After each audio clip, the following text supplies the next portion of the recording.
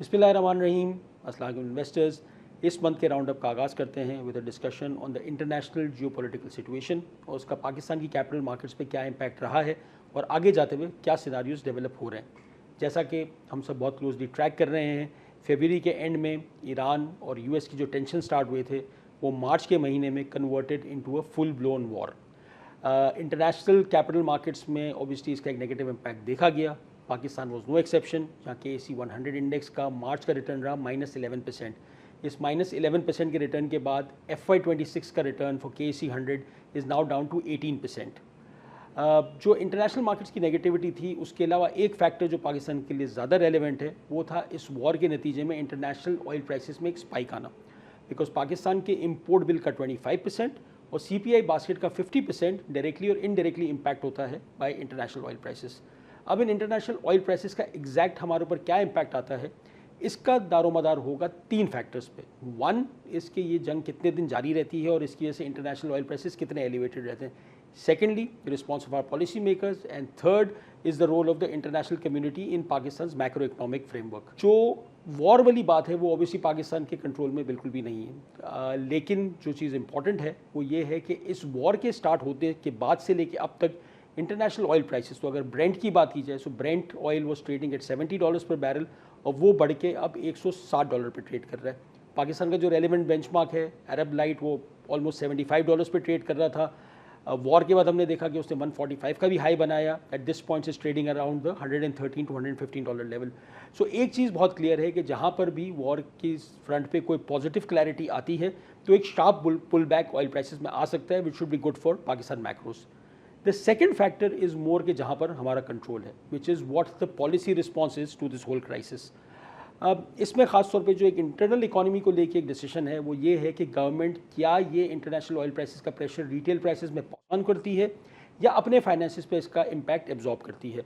अब तक के डिसीजंस अगर देखे जाएँ तो मार्च के फर्स्ट वीक में गवर्नमेंट ने पेट्रोल और डीजल की प्राइसेस में 55 रुपीज़ पर लीटर का इंक्रीज़ अनाउंस किया था, लेकिन उसके बाद से लेके अगले 3 रिविजन्स में गवर्नमेंट ऑफ पाकिस्तान ने प्राइसेस को उन्हीं लेवल्स पे मेंटेन किया है और इस वक्त पेट्रोल पे और डीजल पे एक सिग्निफिकेंट सब्सिडी बेयर कर रही है government of Pakistan. Historical data अगर हम देखें तो ये पॉलिसी एलिवेटेड ऑयल प्राइसेस के साथ बहुत ज़्यादा अरसे तक नहीं चलाई जा सकती, बिकॉज इसके फिस्कल कॉम्प्लिकेशन आना शुरू हो जाएंगे। तो जब भी गवर्नमेंट ऑफ पाकिस्तान ये पास ऑन करना शुरू करती है तो हमारी कैलकुलेशंस बताती हैं कि फॉर एवरी 25 रुपीज़ पर लीटर रिविजन इन पेट्रोल और डीजल प्राइसेस आपका CPI का इम्पैक्ट तकरीबन 1% का आता है। बिकॉज जो ये इम्पैक्ट है ऑयल प्राइसेस का, ये सिर्फ एनर्जी और ट्रांसपोर्ट कॉस्ट पर लिमिटेड नहीं रहता, इसका एक इम्पैक्ट फूड इन्फ्लेशन पे भी आता है। ऑब्वियसली अगर इन्फ्लेशन के यही प्रेशर्स रहे तो इसका प्रेशर इंटरेस्ट रेट्स पे भी आएगा। स्टेट बैंक ऑफ पाकिस्तान ने अपनी लास्ट मॉनेटरी पॉलिसी में तो स्टेटस को का डिसीजन लिया और पॉलिसी रेट्स को मेंटेन किया, लेकिन अगर हम सेकेंडरी मार्केट्स को एवेल्यूएट करें तो secondary market yields already 90 basis points से 200 बेसिस पॉइंट्स की रेंज में इंक्रीज़ हो चुकी हैं, यानी कि मार्केट में एक इंटरेस्ट रेट प्रेशर की एक्सपेक्टेशन बिल्ड हो रही है।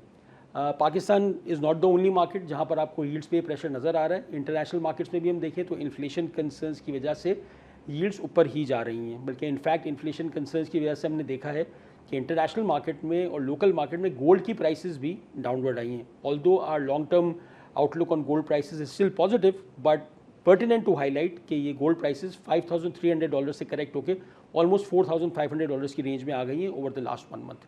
The other part of the policy dynamic is obviously going to be कि हम अपने एक्सटर्नल अकाउंट को किस तरह से मैनेज करते हैं। हमारी कैलकुलेशंस के हिसाब से एवरी $10 पर बैरल जो हमारे इंपोर्ट बिल पे अगर ऑयल की प्राइसेस बढ़ती हैं तो इसका इम्पैक्ट तकरीबन $100 to $110 मिलियन का आता है ऑन अ मंथली बेसिस। और अगर हम ऑयल प्राइसेस को देखें तो अब वो $40 से $50 अगर बढ़ गई हैं, so we are looking at an incremental import bill of almost $500 million a month. ये इम्पैक्ट ऐसा है कि इसको कहीं पे हमें पॉलिसी मेजर्स से नॉन एसेंशियल इंपोर्ट्स के साथ शायद ऑफसेट करना पड़ेगा, ताकि हमारे रिजर्व्स मोर लेस इंटैक्ट रहें और हमारी करेंसी पे कोई प्रेशर ना आए, बिकॉज करेंसी का प्रेशर जो है वो इन्फ्लेशन का एक और राउंड ट्रिगर कर देगा। इस पूरे पॉलिसी डायनामिक की बात जब हम कर रहे हैं तो एक चीज़ जो शायद पाकिस्तान के फेवर में थोड़ी सी जाती है वो ये है कि पिछले 2 क्राइसिस, यानी कि 2008 का क्राइसिस और 2017 का क्राइसिस, उस क्राइसिस के बरक्स हम इस वक्त कोई एग्रेसिव ग्रोथ या एक्सपेंशन मोड में नहीं थे। Yes, the government was contemplating ways कि किस तरह ग्रोथ को ट्रिगर किया जाए, बट उस दौर के मुकाबले में इस वक्त हम फिर भी थोड़े से कंसोलिडेशन फेज में से, so that gives us some more room to manage the crisis. इसके अलावा क्योंकि हमारा रिसेंट एक्सपीरियंस 2022 का बहुत ही सीवियर था कि जहाँ पर पाकिस्तान ने एक डिफ़ॉल्ट लाइक सिचुएशन को मैनेज किया, so the learnings of that crisis combined with slightly more space available to manage the crisis probably puts Pakistan in a slightly better position. Having said that, policy response अभी भी बहुत ज़्यादा important रहेगा। तीसरा factor जैसे हमने बात की वो थोड़ा सा एक वाइल्ड कार्ड है बट बहुत इंपॉर्टेंट है पाकिस्तान के मैक्रो इकोनॉमिक फ्रेमवर्क में। हम बात करते रहे हैं कि पाकिस्तान के जो एक्सटर्नल अकाउंट है उसको मैनेज करने में फ्रेंडली कंट्रीज़ का रोल बहुत इंपॉर्टेंट है।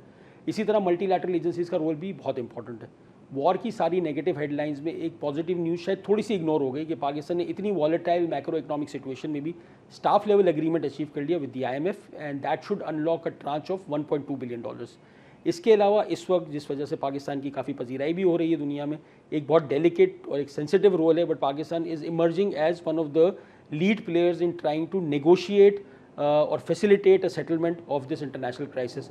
इसमें अगर पाकिस्तान को कामयाबी होती है तो एक पॉसिबिलिटी है कि पाकिस्तान को कोई भी नियर टर्म इकोनॉमिक शॉक्स को मैनेज करने में फ्रेंडली कंट्रीज़ की तरफ से काफ़ी सपोर्ट मिल सकती है। In the end obviously it's very difficult to say कि वॉर कब ख़त्म होगी।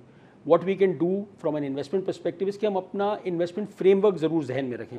इन्वेस्टमेंट फ्रेमवर्क क्या है? इन्वेस्टमेंट फ्रेमवर्क ये है कि ये मार्केट जो अपने रीसेंट पीक्स पे 8 से 9 के पी मल्टीपल्स की रेंज में ट्रेड हो रही थी, आज 6 to 7 के मल्टीपल की रेंज में ट्रेड हो रही है। इतनी नेगेटिव हेडलाइंस के बावजूद भी मार्च में भी हमने देखा कि जहाँ पर भी कोई पॉजिटिव न्यूज़ आई, मार्केट का pull back was aggressive. So looking at all of these things कि जहाँ पर भी जंग के ऊपर कोई सस्टेनेबल क्लैरिटी आती है, उसमें एक सिचुएशन ये देखी जा सकती है कि जहाँ पर earnings growth and dividend yield related market rally के साथ एक अग्रेसिव पुल बैक हो to the recent multiple levels that have been seen. तो ऐसी मार्केट सिचुएशंस में ऑब्वियसली हम हमेशा यही बात करते हैं कि ऐसे टाइम पे rather than trying to time the market, क्योंकि हिस्टोरिकल डेटा सजेस्ट करते हैं कि जब आप मार्केट को टाइम करने की कोशिश करते हैं उसके रिजल्ट्स इन्फीरियर होते हैं compare to remaining invested in the market. So जो एक एज ओल्ड मंत्रा है कि time in the market beats timing the market, ये आपने इस टाइम पे ज़रूर याद रखना है। तो in the end we wrap up, Allah से दुआ करते हैं कि दुनिया में अमन हो, पाकिस्तान की अल्लाह हिफाजत करे, आलम इस्लाम की अल्लाह हिफाजत करे और इस पूरी सिचुएशन से Pakistan इमर्जेज़ as a symbol of respect to in the international community, both geopolitically and economically। तो इसके साथ ही नेक्स्ट मंथ आपसे मुलाकात होगी। अल्लाह हाफिज़। म्यूचुअल फंड्स में सरमायाकारी के नताइज मार्केट के हालात पर मुनसर हैं। सरमायाकारी की पॉलिसी और रिस्क को बखूबी समझने के लिए ऑफरिंग दस्तावेजात का मुताला कीजिए।